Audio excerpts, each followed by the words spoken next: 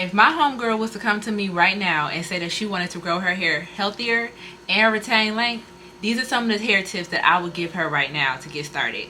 So first things first, I'm going to tell you guys 3 things that you can go out and purchase today to start your healthy hair journey. So first off, you need to find an oil or a grease that you think works best with your scalp. You need to find a moisturizing lotion or a leave-in conditioner that you think works best for your hair. And then also you need to find a styling gel or a edge control that you think lays your hair down the best. The only way that you're going to know what products work best for your hair is by simply trying them out. Trial and error. There's no way to know what products work best for your hair without you having to go out there and try it. People don't realize the things that go into having healthier hair and retaining length is simply by trial and error.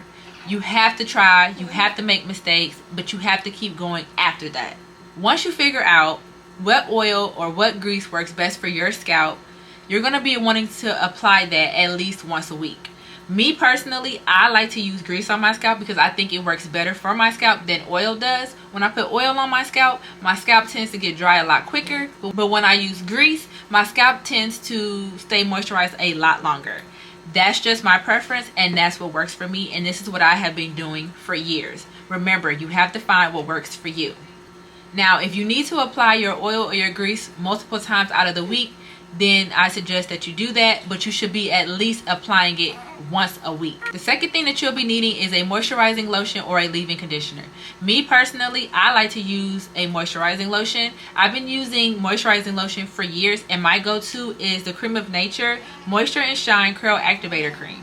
This is what works for my hair, and you should be applying this on your hair at least once a week. I recommend to always be heavy-handed when using it, and when I say you should be applying this to your hair, you should be applying this just to your hair, not to your scalp. The scalp is for your oils and your grease. The moisturizing lotion is for the rest of your hair. Me personally, I like to tell people, don't be afraid to use oils, grease, and moisturizing lotions on your hair.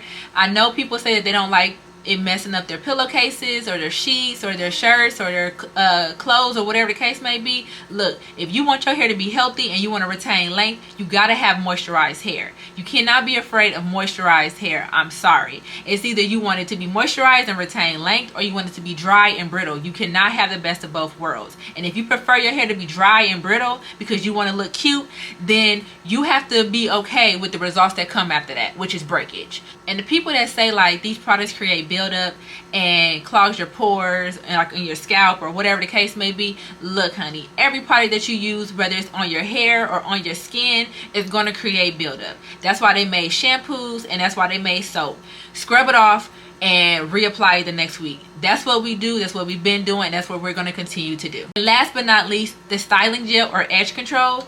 Now I use both styling gel and an edge control, but I don't know where my styling gel is right now. So I'm just going to show you guys my edge control, which is the Edge Booster. You can find this at any drugstore. You can find this at any beauty supply store. And this is my go-to. This is what works for my hair. Now you should be picking a styling gel or an edge control or both that you think works best on laying your hair down and laying down your edges. You can apply the styling gel and the edge control as many times as you need throughout the week. So you'll be using these products while wearing the protective style of your choice.